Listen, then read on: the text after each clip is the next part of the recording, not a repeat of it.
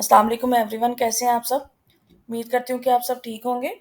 तो अभी तक जो है ना हमने 12th चैप्टर तक पढ़ लिया है और आज हमारा जो टॉपिक है वो करंट करंट इलेक्ट्रिसिटी के बारे में है। लास्ट टॉपिक के अंदर हमने इलेक्ट्रोस्टैटिक्स के बारे में पढ़ा था, जिसके अंदर हमने चार्जेस को एट रेस्ट डील किया था और उसकी एप्लीकेशंस वगैरह देखी थी। आज जो हमारे पास टॉपिक है उसके अंदर करंट आ जाता है और करंट एक्चुअल में क्या होता है, इलेक्ट्रॉन की जो मोशन है टाइम के लिहाज से उसको हम क्या कहते हैं, करंट। मतलब चार्जेस का जो बहाव है, इलेक्ट्रॉन भी ले सकते हैं, ज़्यादातर हम इलेक्ट्रॉन को कंसीडर करते हैं, लेकिन कोई भी चार्जेस हैं जब फ्लो करते हैं तो हमारे पास क्या पैदा होता है, करंट। और उसकी उससे जो रिलेटेड है करंट, इलेक्ट्रिसिटी पैदा होती है और वो जो डेली लाइफ के अंदर बहुत ज़्यादा यूजफुल है। ठीक है, तो सबसे पहले जो है हमारे पास टॉपिक है वो इलेक्ट्रिक करंट है। इलेक्ट्रिक करंट से ऊपर ये लिखा हुआ है कि इसके यूजेस कहाँ पे, इसको जस्ट रीड आउट कर लीजिएगा और इलेक्ट्रिक करंट आ जाता है आगे। इलेक्ट्रिक करंट के जो है वो क्या क्या जो इसमें से टॉपिक में से आप लोगों ने तैयार करने, I is equal to delta Q over delta T. Time के लिहाज से चार्जेस के किसी भी एरिया में से पास करने की जो शरह है वो क्या कहलाती है, करंट कहलाती है। ठीक है, इसका यूनिट आप लोगों को पता होना चाहिए और एम्पेयर इसको कहते हैं और कूलम पर सेकंड के बराबर ये होता है। दूसरी चीज आप लोगों ने इसमें से ये देखनी है कि जब इलेक्ट्रिक करंट जो है वो motion of the electric charge which causes an electric current is due to the flow of charge carriers. तो चार्ज कैरियर्स जो है ना वो डिफरेंट मटेरियल्स के अंदर डिफरेंट होते हैं। जैसे कि हम मेटल्स के अंदर बात करते हैं तो मेटल्स के अंदर चार्ज कैरियर्स क्या होते हैं, इलेक्ट्रॉन्स होते हैं। लेकिन जब हम इलेक्ट्रोलाइट्स की बात करते हैं तो पॉजिटिव एंड नेगेटिव दोनों की वजह से करंट जो है ना गुजरता है। जबकि गैसेस की बात आ जाती है तो इलेक्ट्रॉन्स एंड आयंस दोनों की वजह से जो है ना वो करंट गुजरता है। तो आप लोगों को ये पता होना चाहिए कि डिफरेंट सिचुएशन के अंदर डिफरेंट जो है ना वो हमारे पास चार्ज कैरियर्स कौन कौन से होते हैं। Direction of current just read out करना है और इसमें से सिर्फ आप लोगों को ये पता होना चाहिए कि कन्वेंशनल करंट की डेफिनेशन क्या होती है। और कन्वेंशनल करंट हमेशा हाई पोटेंशियल से लो पोटेंशियल की तरफ फ्लो करता है और रिप्रेजेंट करता है मूवमेंट ऑफ पॉजिटिव चार्ज। ठीक है,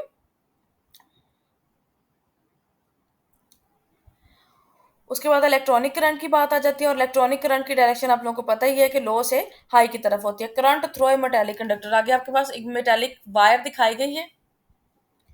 यहाँ पर मेटेलिक वायर का एक जो है ना वो पीस दिखाया गया है। अब मेटेलिक वायर के अंदर बहुत सारे इलेक्ट्रॉन्स मौजूद हैं। अब वो इलेक्ट्रॉन जो है ना वो रैंडमली मूव कर रहे हैं। अब रैंडम मोशन किस तरह से है कि अगर यहाँ पर एक इलेक्ट्रॉन है वो इस डायरेक्शन की तरफ मूव कर रहा है, लेफ्ट से राइट की तरफ मूव कर रहा है, then there must be a an electron which is moving from right to left. जब भी रैंडम मोशन होती है तो रैंडम मोशन के अंदर हमेशा हमारे पास इस तरह से होता है कि टोटल जो सम है, टोटल मोशन का, वो किसके बराबर है, जीरो। अब चार्जेस का फ्लो जीरो है लेकिन वो फ्लो कर रहे हैं, वो मूव कर रहे हैं, लेकिन एक दूसरे के इफेक्ट को कैंसल आउट कर रहे हैं। तो इसलिए एक न्यूट्रल वायर के अंदर जो है ना जिसके ऊपर कोई भी इलेक्ट्रिक फील्ड अप्लाई नहीं होता उसका करंट क्या होता है, जीरो होता है। लेकिन जब हम बात करते हैं इलेक्ट्रिक फील्ड की एप्लीकेशन की, तो जब हम इलेक्ट्रिक फील्ड मतलब तार के जो वायर है उसके एक सिरे को जो है ना एक तार के जोड़ देते हैं पॉजिटिव टर्मिनल के साथ और दूसरे टर्मिनल के साथ नेगेटिव, दूसरी साइड को नेगेटिव टर्मिनल के साथ जोड़ देते हैं, तो नेगेटिव साइड से इलेक्ट्रॉन रिपेल होंगे और पॉजिटिव साइड की तरफ क्या होना शुरू हो जाएंगे,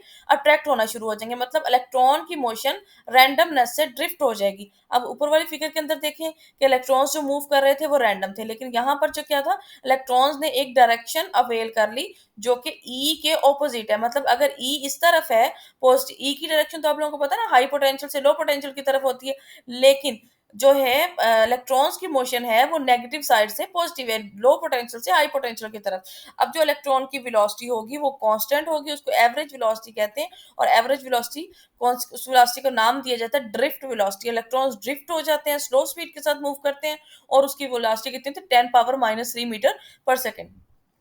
तो ये क्वेश्चन किस तरह से पूछा जा सकता है पीपीएससी के पॉइंट ऑफ व्यू से, ड्रिफ्ट वेलोसिटी बहुत इंपॉर्टेंट है और आया भी हुआ पेपर में, और इसकी वैल्यू 10⁻³ मीटर पर सेकेंड है। ठीक है, तो अब यह क्वेश्चन आ सकता है कि 1 मिलीमीटर पर सेकेंड भी इसको लिखा जा सकता है या 10⁻³ मीटर पर सेकेंड भी, whereas the velocity of the free electrons at room temperature 100 kilometre per second होती है। ठीक हो गया, उसके बाद हमारे पास टॉपिक आ जाता है सोर्सेज ऑफ करंट। अब सोर्सेज ऑफ करंट क्या होते हैं, ऐसे सोर्स जो है कन्वर्ट करंट, और sources of current convert some non electrical energy such as chemical mechanical heat into the electrical energy. मतलब इलेक्ट्रिकल एनर्जी को पैदा करने के जो सोर्स है वो क्या कहलाते हैं। अब देखिए ना, हमें कांस्टेंट पोटेंशियल डिफरेंस यहाँ पर चाहिए। ठीक है, हाँ जी, तो मैं ये कह रही थी कि देखिए अगर हमने नेगेटिव और पॉजिटिव टर्मिनल अप्लाई नहीं किया, अगर ये एक वक़्त आएगा ये तो सेम पोटेंशियल पे हो जाएँगे। तो ये जो बैटरी है ये हमें सोर्स ऑफ करंट की जो है ना वो रीजन बनता है। मतलब अगर हमारे पास ये नहीं अप्लाई तो यही रीजन होगी।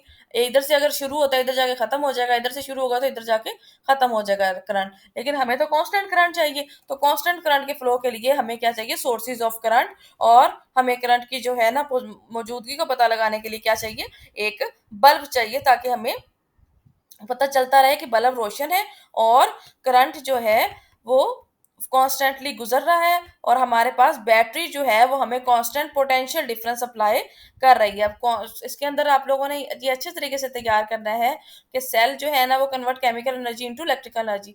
सबसे पहले बात, प्राइमरी एंड सेकेंडरी सेल का डिफरेंस क्या है। प्राइमरी सेल कौन से सेल होते हैं, जो कि रिचार्ज नहीं होते, एंड सेकेंडरी सेल कौन से होते हैं, जो कि रिचार्जेबल होते हैं। Electric generator which converts mechanical energy into electrical energy. तो मैकेनिकल एनर्जी को इलेक्ट्रिकल एनर्जी में कन्वर्ट करते हैं इलेक्ट्रिक जनरेटर। एंड थर्मोकपल जो होते हैं, थर्मोकपल, ये आप लोगों को सब चीज़ें पता होने चाहिए कि कौन सा जो सोर्स है वो किस टाइप की एनर्जी को कन्वर्ट करता है। ठीक हो गया। उसके बाद है इफेक्ट्स ऑफ करंट, के करंट जब वायर में से गुजरता है तो उसके कौन कौन से इफेक्ट्स जनरेट होते हैं। सबसे पहले तो कॉमन सा इफेक्ट है, वो कौन सा है, हीटिंग इफेक्ट। अब हीटिंग इफेक्ट कब पैदा होता है, देखें जब इलेक्ट्रॉन फ्लो कर रहे हैं। अब इलेक्ट्रॉन जब फ्लो कर रहे हैं तो डेफिनेटली वो उसके अंदर अपने इलेक्ट्रॉन्स के साथ भी टकराएंगे। मतलब जब देखें ना, उनको एक तरफ से रिपल्शन मिल रही है, दूसरी तरफ से वो अट्रैक्ट हो रहे हैं। जब रिपल हो रहे हैं तो उनके सामने मुख्तलिफ इलेक्ट्रॉन भी आएंगे, लेकिन आइंस तो अपनी अपनी जगह पे फिक्स है ना। तो इलेक्ट्रॉन्स आइंस के साथ, आइंस कौन से, पॉजिटिव आइन, जो कि मेटल जिन material, for example sodium metal है तो उसके अंदर सोडियम आयन मौजूद होंगे और इलेक्ट्रॉन फ्री होंगे। और जो फ्री इलेक्ट्रॉन होंगे वो सोडियम के एटम्स के साथ या आयंस के साथ टकराएंगे। उनको मैं आयंस इसलिए कह रही हूँ क्योंकि उनको पॉजिटिव चार्ज होता है, और वो पॉजिटिव आयन के साथ टकराएंगे। जब वो टकराएंगे तो काइनेटिक एनर्जी लूज करेंगे, और काइनेटिक एनर्जी किस फॉर्म में अपीयर होगी, in the form of heat. अब वो जो हीट है वो वैसे तो डेंजरस है, क्योंकि जब वाइड हीट अप हो जाती है तो वो हमारे लिए जो है ना वो उसको जलाने का बायस बनती है। मतलब बिजली जो है ना वो कट ऑफ हो जाती है, वायर वेस्ट हो जाती है।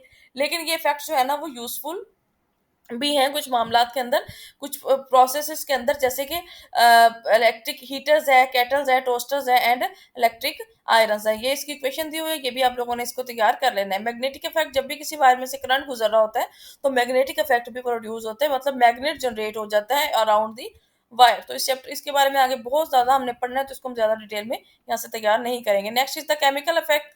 केमिकल इफेक्ट है कि जब हमारे पास सर्टेन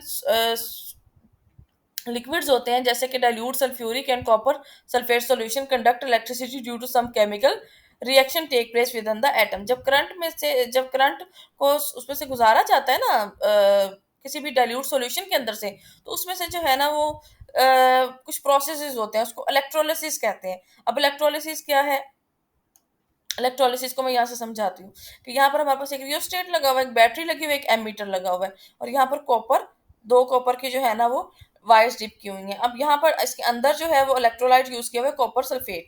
अब केमिकल प्रोसेस क्या हो रहा है कि कॉपर के ऊपर जहाँ पे पॉजिटिव चार्ज है ना, ये क्या करेगा, दो इलेक्ट्रॉन लेगा और डिपॉजिट हो जाएगा इसी पॉइंट के ऊपर। ठीक है, यहाँ से यहाँ पे ये जहाँ पे कॉपर आइन है, और जो सल्फेट आइन है ये दोबारा इधर जाएगा, जो सल्फेट नेगेटिव आइन है वो यहाँ से कॉपर आइटम लेंगे, और कॉपर आइटम लेके इसके अंदर दोबारा डिसॉल्व हो जाएंगे। मतलब कांस्टेंट इसकी भी सॉल्यूशन रहता है, और कॉपर जो है ना यहाँ पर डिपॉजिट भी होता रहता है। इस प्रोसेस को इलेक्ट्रोलिसिस कहते हैं। Also illustrate the basic principle of electroplating, the process of coating a thin layer of some expensive metal, gold, silver an article of some cheap metal. तो गोल्ड प्लेटिंग जो है या इलेक्ट्रोप्लेटिंग है, ये किसी भी चीप, अब देखे ना ये मैंने अभी आपको बताया कि ये जो कॉपर वायर है ना, ये जो कॉपर का बना हुआ है, इसकी जगह पे हम कोई भी कोई भी जो है ना ज्वेलरी लटका सकते हैं। ठीक है, अब यहाँ पर जो है हम वो वाला मटेरियल लटका सकते हैं जिसको ऊपर पेंट करना है। तो ये जो है डिसॉल्व होता जाएगा, जैसे कि सल्फेट आयन इधर से सॉल्यूशन में से इधर गया, इसने यहाँ से एक एटम ले लिया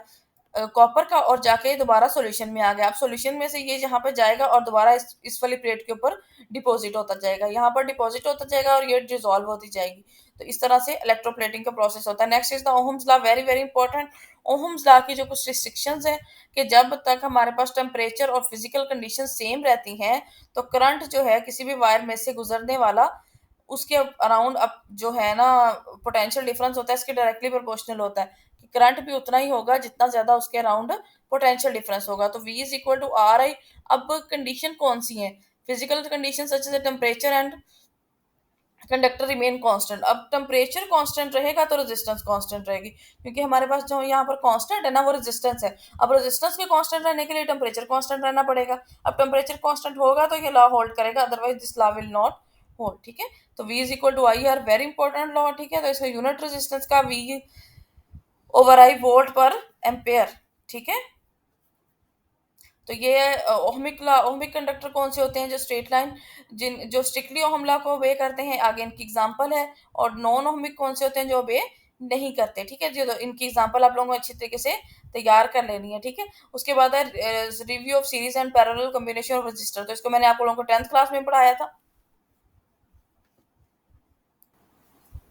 तो ये हमने पहले भी पढ़ा हुआ है, R1 plus R2 plus R3।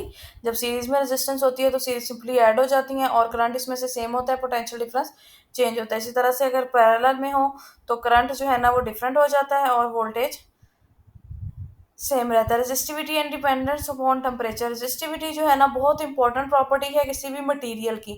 जैसा कि अभी मैंने बताया कि मटेरियल की प्रॉपर्टी है रेजिस्टेंस, वायर की प्रॉपर्टी जिससे वायर जो कि वायर की शेप है या किसके ऊपर डिपेंड करती है, उसकी लेंथ के ऊपर और एरिया।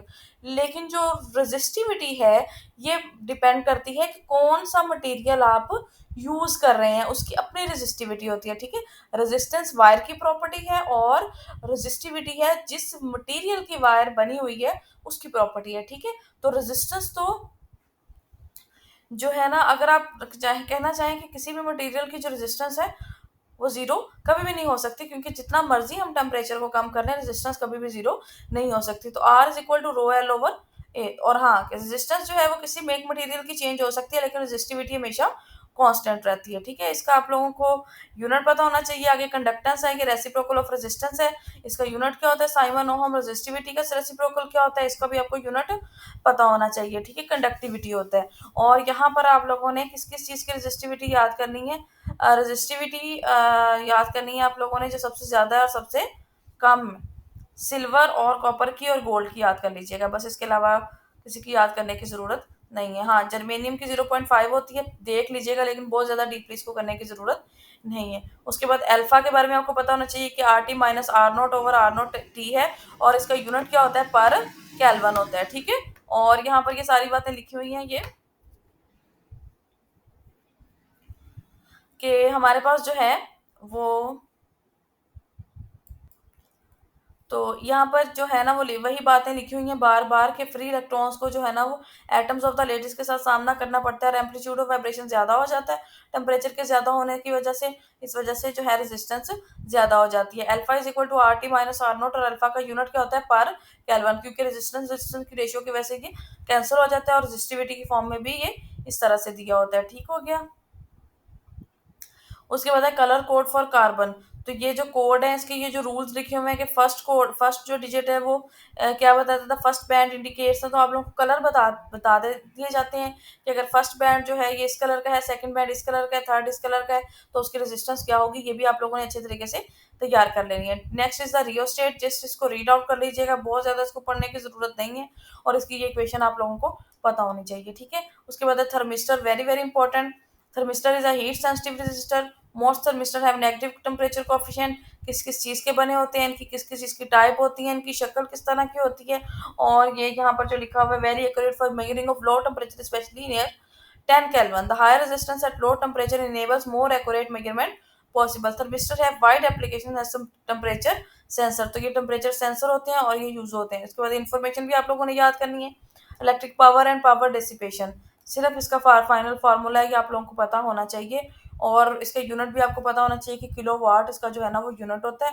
और वैसे इसका जो यूनिट है किलो वाट होता है, वैसे वाट होता है लेकिन कमर्शियल लेवल के लिए इसको किलो वाट के तौर पे यूज किए थे। इलेक्ट्रिक मोटिव फोर्स और पोटेंशियल डिफरेंस दोनों की डेफिनेशन आप लोगों को अच्छे तरीके से पता होना चाहिए और इनका डिफरेंस भी पता होना चाहिए। हाँ, और ये वाला क्वेश्चन पेपर में आ जाता है कि अगर इंटरनल रेजिस्टेंस ज्यादा हो जाती है तो पोटेंशियल डिफरेंस पे क्या फर्क पड़ता है? E is equal to I R plus V R है ना, E is equal to I R plus I R small R. तो अगर यहाँ पे ये V है तो अगर हमारे पास V को हम इधर ही रखते हैं और इधर इसको इधर ले जाते हैं तो पोटेंशियल ये एक्सटर्नल पोटेंशियल डिफरेंस है और ये क्या है? EMF। तो जो इंटरनल टर्मिनल पोटेंशियल डिफरेंस जो है, अगर इंटरनल रेजिस्टेंस ज्यादा होती है तो वो बाय फैक्टर स्मॉल आर कम हो जाता है, ठीक है? ये चीज़ आप लोगों को पता होना चाहिए, दोनों का फ़र्क भी पता होना चाहिए। मैक्सिमम पावर आउटपुट का फाइनल रिलेशन आप लोगों ने तैयार करना है और ये किसके बराबर है, किरचॉफ रूल, दोनों की डेफिनेशन आप लोगों को पता होना चाहिए और ये law of conservation of charge के बराबर है और ये law of conservation of energy को होल्ड करता है, ठीक है? उसके बाद व्हीटस्टोन ब्रिज भी जस्ट रीड आउट करना है। पोटेंशियोमीटर की भी बहुत ज़्यादा गहराई में नहीं जाना, बस आप लोगों को इसका ये वाला रिलेशन पता होना चाहिए। इसको बहुत ज़्यादा पढ़ने की ज़रूरत नहीं है और ये किस-किस चीज़ के लिए यूज़ होता है, ये आप लोगों को पता होना चाहिए। बाकी इसके शॉर्ट क्वेश्चंस भी अच्छे तरीके से देख लीजिएगा और न्यूमेरिकल करने की ज़रूरत नहीं है, ठीक है? अल्लाह हाफ़िज़।